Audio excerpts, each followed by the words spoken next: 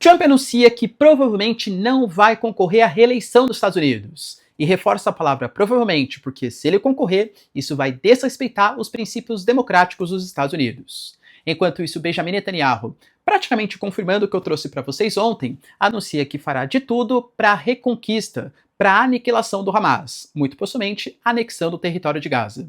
Enquanto isso, as relações entre Trump e Putin, Rússia e Estados Unidos vão degringolando. Notícias da Rússia condenando as taxações de Índia, Brasil e China como uma moeda de troca de sanções, falando que isso é legal pela comunidade internacional e prometendo instalar mísseis de curto e médio alcance contra os interesses americanos. Enquanto isso, Ucrânia, Estados Unidos, Trump e Zelensky se aproximam para desagrado dos russos, que devem fazer algum tipo de oferta para evitar as taxações do dia 8 de agosto. Será que teremos uma paz entre Rússia e Ucrânia? Falar um pouquinho também sobre as acusações da União Europeia e da própria Ucrânia contra a China e contra a Índia ficando cada vez mais sérias e podendo já sanções. A gente percebe que uma bipolaridade no mundo vem aumentando e a Índia ficando do lado dos BRICS. Falar também sobre a prisão domiciliar do Bolsonaro, que gera um desagrado muito grande no Departamento de Estado dos Estados Unidos, que considera eventuais sanções contra novas autoridades do Brasil. Enquanto isso, Lula fala que não vai telefonar para o Trump e o Haddad considera colocar os minerais terras raras do Brasil como eventuais moedas de troca para um acordo comercial.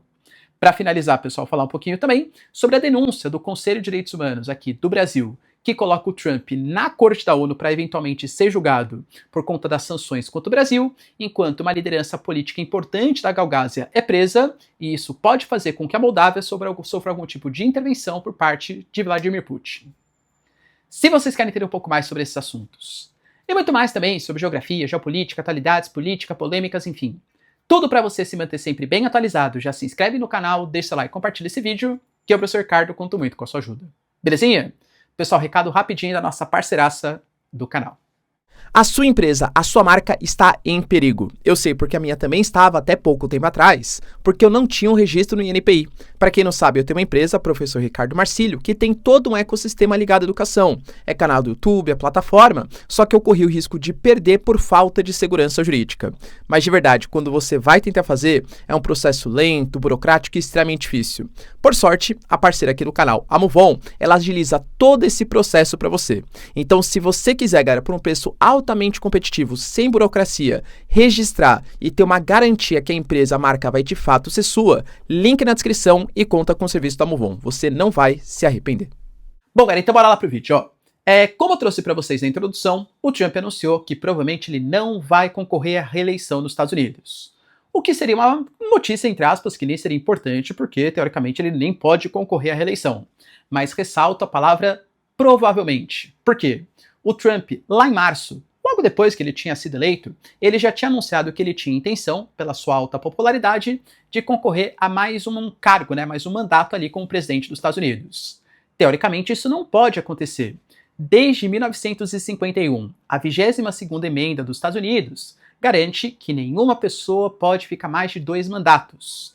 Isso foi quase que uma resposta a 4 vezes o Roosevelt ter sido eleito como presidente dos Estados Unidos e a população americana, ou os parlamentares, considerando que isso seria antidemocrático. Ah, professor, então é igual no Brasil. O Brasil também só pode ficar 2 mandatos. Cuidado, aqui só pode ficar 2 mandatos consecutivos. Mas veja o Lula, por exemplo, foi eleito em 2002 e eleito em 2006.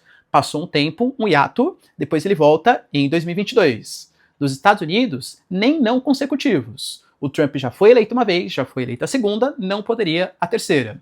Claro, as leis foram criadas pelos seres humanos e podem ser alteradas pelos seres humanos também. E se tivesse um amplo apoio político, algum tipo de mudança, claro que, do ponto de vista legislativo, poderia sofrer algum tipo de alteração. Será que o Trump tem essa intenção e essa popularidade? Eu, Ricardo, tá? De novo, vou arriscar aqui para vocês. Penso que não. Hoje, conversa-se muito nos Estados Unidos que o pupilo político do Trump, que é o J.D. Vance, o seu vice-presidente, já está colhendo os louros de ser mais um trumpista, um MAGA, para possivelmente ser o próximo candidato a presidente pelos Estados Unidos pelo Partido Republicano. Ou você acha que o Trump vai comprar essa briga, hein? Deixa aí nos comentários. Enquanto isso, galera, tem notícias importantes também que reforçam o que eu trouxe para vocês no vídeo de ontem. Benjamin Netanyahu anuncia que fará de tudo para eliminar o Hamas. O Benjamin Netanyahu, isso segundo pela própria mídia israelense, tinha convocado uma reunião de gabinete para hoje, ainda não aconteceu, pelo menos não enquanto eu gravo para vocês. Caso aconteça, eu prometo que faço um remendinho aqui e tudo tal. E ia comunicar, segundo a mídia de Israel, a intenção do governo israelense de tomar o território de Gaza, alegando, eu diria que foram dois sintomas importantes. A falta da possibilidade de um cessar-fogo, pelo menos, né, não existe pontos de concordância entre Israel e Hamas. Israel fala que o cessar-fogo deveria ser um cessar-fogo provisório, mas que não acaba com os objetivos da aniquilação do Hamas, e o Hamas, claro, não deseja a sua aniquilação. Ele fala que um acordo de cessar-fogo deveria acontecer com algum tipo de possibilidade de paz definitiva, mantendo o Hamas enquanto grupo. Talvez, eventualmente, não como um grupo político, talvez até abrindo mão das suas armas. O Hamas falou isso. Eu abro mão da luta armada, desde Israel garanta a formação do Estado palestino. E, galera, convenhamos que a gente está bem distante disso. O próprio parlamento israelense deliberou que a Cisjordânia, que é um território um pouco mais pacífico, é total autonomia de Israel, e as informações dão conta, junto com as declarações do Benjamin Netanyahu, que o território de Gaza será anexado. Hoje o Benjamin Netanyahu falou, deixou claro, precisamos concluir nossa vitória sobre o Hamas para libertar os reféns, mesmo que isso exija sacrifícios. Sacrifícios palestinos ou sacrifícios israelenses. Os dados hoje mostram que 85% da infraestrutura urbana da faixa de Gaza está destruída. 90% das pessoas estão desempregadas. Temos vários deslocados, ou seja, há um caos social. O Israel Katz, ex-chanceler e agora ministro da Defesa, deixou claro que vamos tomar todas as medidas necessárias para proteger a população israelense. Isso, em conluio com o que eu trouxe ontem, as informações que o Benjamin Netanyahu vai apresentar a proposta de anexação de Gaza com autorização e anuência dos Estados Unidos, dão um indicativo não muito positivo para a população em Gaza. Tivemos também, pessoal, notícias importantes sobre um desagrado, aumento das tensões entre Estados Unidos e Rússia. A Rússia está considerando que os Estados Unidos estão descumprindo acordos previamente estabelecidos. Como assim, professor? Quando a gente teve o final da Guerra Fria, ou se aproximando do final, uma série de acordos entre Rússia e Estados Unidos, ou antiga União Soviética e Estados Unidos, foram sendo estabelecidos para tentar ter um, entre aspas, bom convívio. Já que estamos falando, claro, de uma União Soviética ou de uma Rússia na década de 90, com péssimas condições financeiras, casos de corrupção, crise econômica, mas ainda assim uma grande potência bélica nuclear. Um desses acordos ele foi assinado bem no final da Guerra Fria, que é o acordo que falava sobre o Tratado de Forças Nucleares de Alcances Intermediários. Ele foi assinado entre Rússia e Estados Unidos, antiga União Soviética, claro, e estabelecia que alguns mísseis de médio e curto alcance não poderiam ser estabelecidos próximo das fronteiras do território alheio, né? Nem de Rússia, nem de Estados Unidos. Pois bem, galera, em 2019, os Estados Unidos eles saíram desse acordo, alegando que os russos estavam desenvolvendo ali o míssil 9M729, que é um míssil que tem capacidade de 1.500 km de alcance. A Rússia fala que é mentira, nega as informações, mas como os americanos saíram do tratado, eles também saíram. Mas para evitar maiores problemas, foi declarada uma espécie de moratória voluntária. Ou seja, a gente não faz mais parte do tratado, mas Estados Unidos e Rússia se comprometem a não instalar esses mísseis. O que a Rússia está considerando hoje é que os americanos estão descumprindo, já que estão colocando e instalando mísseis de curto e médio alcance pelos interesses da OTAN, tanto nos países do leste europeu como também na região da Ásia-Pacífico. Lembrando que, tanto pela parte europeia como pela parte asiática, você consegue pegar não só na Rússia, mas aos aliados regionais da Rússia também. As palavras da Rússia vão no sentido, cara, o próprio Dmitry Medvedev, né, colocou que a declaração do Ministério das Relações Exteriores da Rússia sobre a retirada da moratória sobre a implementação de mísseis de médio e curto alcance é somente resultado da política anti-russa dos membros da OTAN. Essa é a realidade que os nossos oponentes terão que lidar. Esperem novas medidas da Rússia. Ou seja, a Rússia fez um aumento ali, né, da retórica agressiva, anunciando que como os Estados Unidos estão instalando os mísseis, também acaba a moratória. Professor, Estados Unidos, Rússia, instalação de mísseis, já vi esse filme no passado, né? Claro, remonta muito à crise dos mísseis de 1962.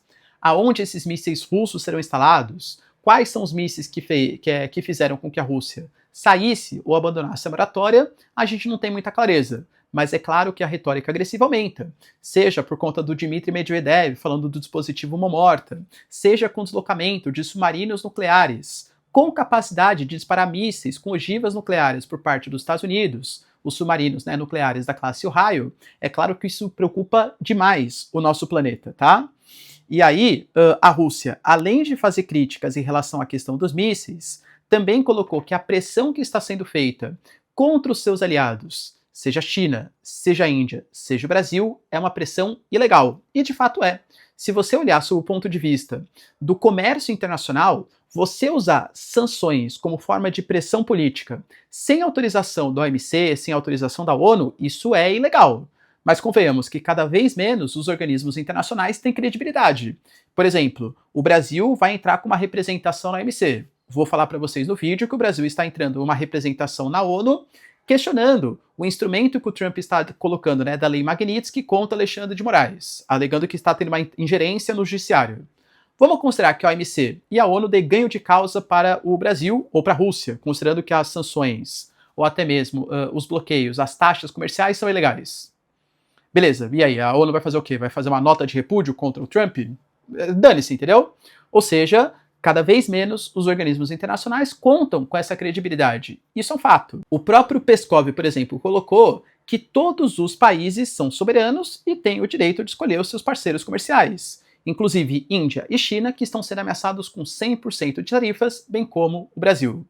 Além disso, cara, o próprio Putin colocou por meio da Reuters, que ele não vai ceder e não vai acabar, não vai estabelecer um cessar-fogo. Porque tudo isso vem da premissa do Trump colocando que agora no dia 8 de agosto vence o prazo de 10 dias em que a Rússia tem que negociar um cessar-fogo com a Ucrânia. E se não negociar esse cessar-fogo, taxas de 100% serão aplicadas contra a Rússia e os eventuais parceiros comerciais que negociem petróleo, combustíveis com os russos. Na prática, a gente sabe que Coreia do Sul compra, a Turquia compra, a União Europeia compra, mas muito possivelmente não é contra esses países que vai ser a tarifa. Muito provavelmente vai ser contra o Brasil, a Índia e a China, que são os membros dos BRICS.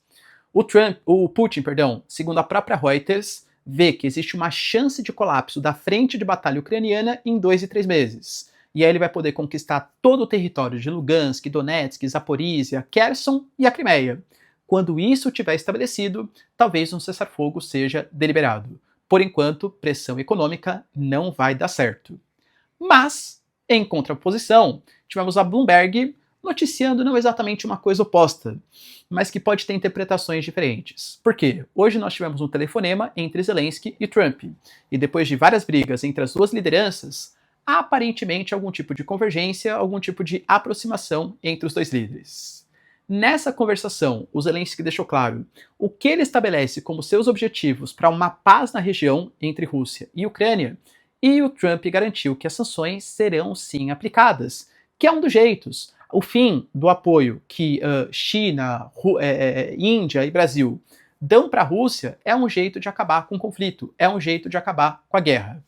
Dentro disso, a Bloomberg noticia que talvez, até para fazer, né? Porque, querendo ou não, galera, mesmo que a Índia tenha falado que não vai parar de comprar petróleo dos Estados Unidos, da Rússia, e vai sofrer com as sanções eventuais até de 100%, que não vai ser pressionado pelo governo americano. A China falou a mesma coisa. O Brasil até está tentando mostrar uma disposição para negociar comércio, mas não para negociar também posições jurídicas, políticas. Ou seja, as taxas vão ser aplicadas. Para evitar que esse caos seja instalado com uma guerra comercial de 100% entre as maiores economias do planeta, a Rússia, segundo a Bloomberg, vai fazer uma proposta. Não cessar fogo definitivo, mas vai oferecer, lembrando que o Steve Witkoff, representante dos Estados Unidos, tem visita marcada para a Rússia. Essa semana, vai chegar possivelmente amanhã ou na quinta-feira, uma proposta de um cessar-fogo parcial, em que mísseis e drones não seriam mais utilizados contra a Ucrânia, mas que a Rússia poderia continuar avançando no campo de batalha. Sendo sincero, penso eu, tá, que já seria uma baita vantagem para a Ucrânia. Por quê? Hoje o que a gente percebe é que a Ucrânia consegue fazer sim ataques importantes, principalmente com os drones. Atacaram, por exemplo, base na Crimeia ontem mesmo, tá? Mas que ela vem perdendo o campo na batalha. E a gente teve no mês passado, para vocês terem uma noção, diariamente, a média, 130 drones e mísseis russos utilizados contra o território da Ucrânia. Só de não ter esse ataque aéreo, para não esgotar as defesas ucranianas, talvez seja um bom negócio para os ucranianos, não enquanto resultado, claro, né? Talvez a Ucrânia deseje ter todos os seus terrenos de volta, mas pelo menos para tentar não sofrer com essas sanções de 100% e talvez o Trump aceite essa proposta. O que você acha, galera? Vai rolar? Deixa aí nos comentários.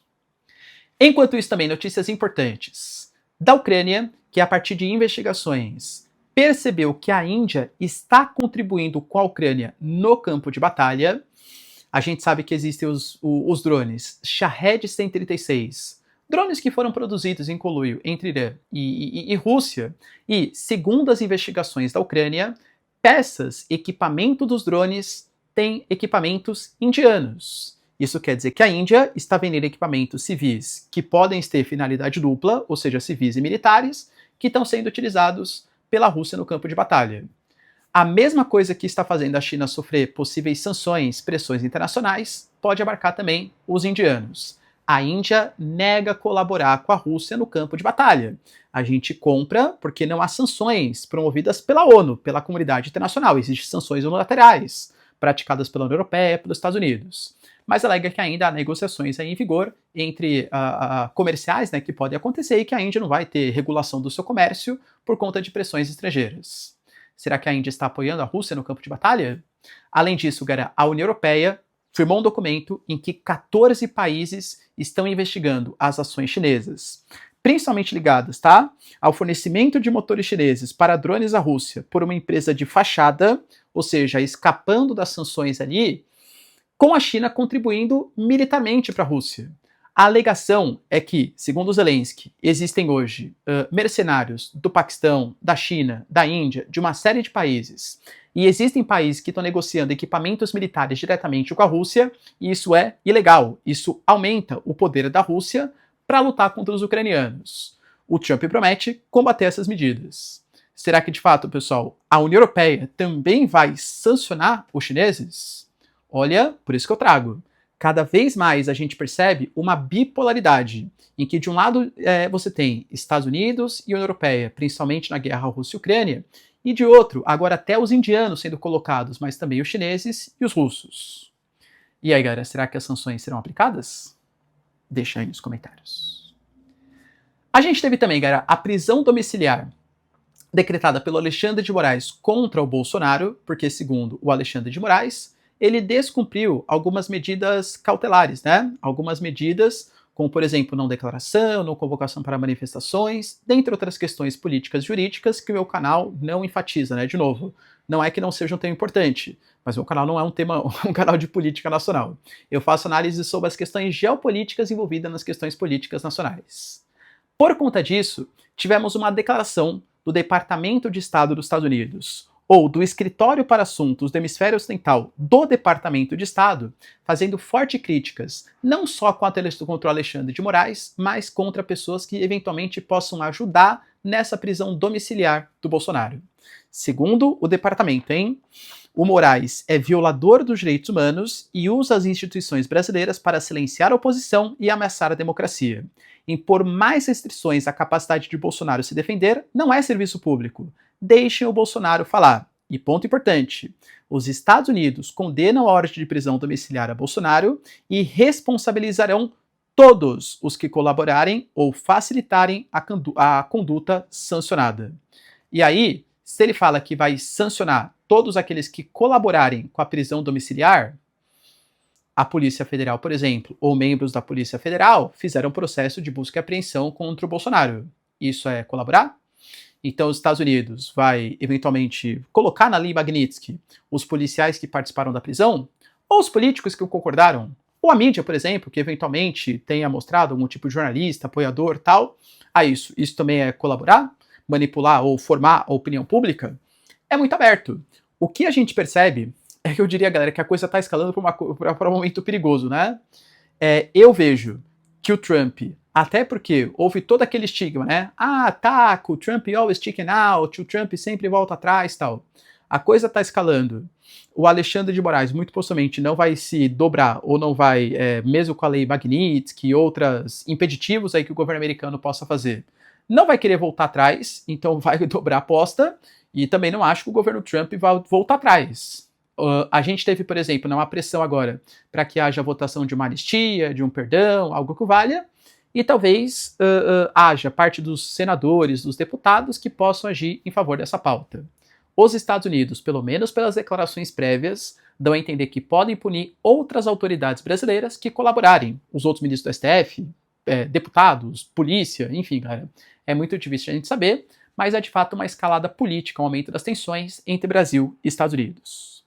Além disso, o Lula deu uma declaração colocando que, mesmo estando às vésperas do dia 8 de agosto, não vai telefonar para o Trump. Só que aí há interpretações diferentes. Trouxe para vocês no vídeo da semana passada que o Trump tinha falado: o Lula pode me ligar a hora que ele quiser, estou disposto a ouvir, mas o Brasil errou demais. Agora o Lula falou que não vai telefonar para o Trump porque o Trump não mostra abertura para negociação. Opa, alguém está falando errado. E aí, será que o Trump falou que aceitaria a ligação do Brasil, mas só se fosse para discutir questões políticas e não exatamente questões comerciais? O Brasil já fala que não abre mão dessas questões políticas e jurídicas, que negocia comércio, não política e soberania. Ou será que o Lula não quer fazer um telefonema para o Trump, até porque eventualmente usarei isso como arma política, do nós contra eles? A ingerência dos Estados Unidos. Eu trago isso para vocês. Isso acabou dando certo, por exemplo, no Canadá, e deu certo também na Austrália, onde os candidatos que foram condenados ou criticados pelo Trump tiveram um aumento da popularidade. Claro que acho que existem particularidades, não é exatamente a mesma situação entre Canadá, Austrália e Brasil, mas eventualmente isso pode ser utilizado pelo governo brasileiro. O Lula falou que aceita telefonar para o Trump não sobre a questão das taxações, já que ele não aceita negociar, que ele não aceita conversar, mas que vai telefonar para que o Trump participe da COP30. E aí acho que eu tenho uma péssima notícia para o Lula, hein, galera, tá? Porque a COP30, que vai ser sediada no Brasil, em Belém, enfrenta uma série de dificuldades. Um Brasil, por exemplo, que fala de transição energética, mas quer explorar a margem equatorial, mas que agora descobriu mais uma bacia de petróleo importante na Bacia de Santos, que tem dados não muito positivos sobre questões ambientais, seja no Cerrado, seja na Amazônia. E tem problemas infraestruturais na cidade de Belém, com o aumento do preço dos hotéis. Pode ter também um problema, porque um dos países, o segundo país que mais emite gás carbônico para a atmosfera tem hoje o Trump, que se diz um não aquecimentista. Cara, será que ele vai participar de uma COP30? Lembrando que ele fala em redução dos custos, até cortou a USAID, que fazia projetos de filantropia em caráter internacional, e a grande pauta da COP30 vai ser convencer os países desenvolvidos a financiar projetos econômicos nos países pobres, em desenvolvimento. E aí, será que o Trump vai participar? Eu diria que o Lula vai ter uma outra má notícia aí em relação ao Donald Trump. A gente teve também, pessoal, o Haddad, que é hoje o responsável pela economia do Brasil, dando uma declaração importante sobre os minerais terras raras. Trouxe para vocês ontem que a China está fazendo de maneira muito hábil um boicote ao desenvolvimento militar do Ocidente. Hoje, a China, quando somam-se a reserva e capacidade de exploração e processamento, depende muito da época do ano, mas chega a ter quase que 90% do processamento e exploração dos minerais terras raras, que são essenciais não só para equipamentos tecnológicos, mas também para equipamentos militares. A China hoje, para atrasar o desenvolvimento militar do Ocidente, fica colocando uma série de burocracias. Pô, Estados Unidos, você quer então os minerais terras raras, né? Mas para você que é isso? Para mísseis, para baterias, você quer para os seus drones, e aí exige um monte de documentação, um monte de justificativas, e isso vem fazendo com que algumas produções estejam atrasadas em 2 meses, palavras do The Wall Street Journal. Isso está comprometendo a produção bélica dos Estados Unidos. Só que a China fala: eu estou explorando, eu estou exportando para vocês. Só que exige, claro, é uma responsabilidade, porque é padrão duplo. Pode ser para uso civil e para uso militar. Se for para uso militar, não quero que você use os minerais terras raras para eventualmente combater os chineses. Então os americanos eles estão doidinhos para desenvolver tecnologia militar e também novas fontes de exploração. Já disse que não é uma coisa de curto prazo.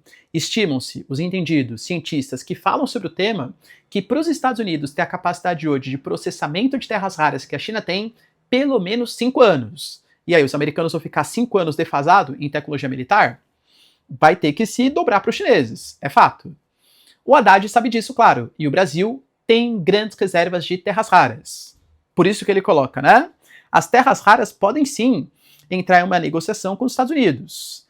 Em se tratando da maior economia do mundo, o Brasil pode participar mais do comércio bilateral e, sobretudo, de investimentos estratégicos.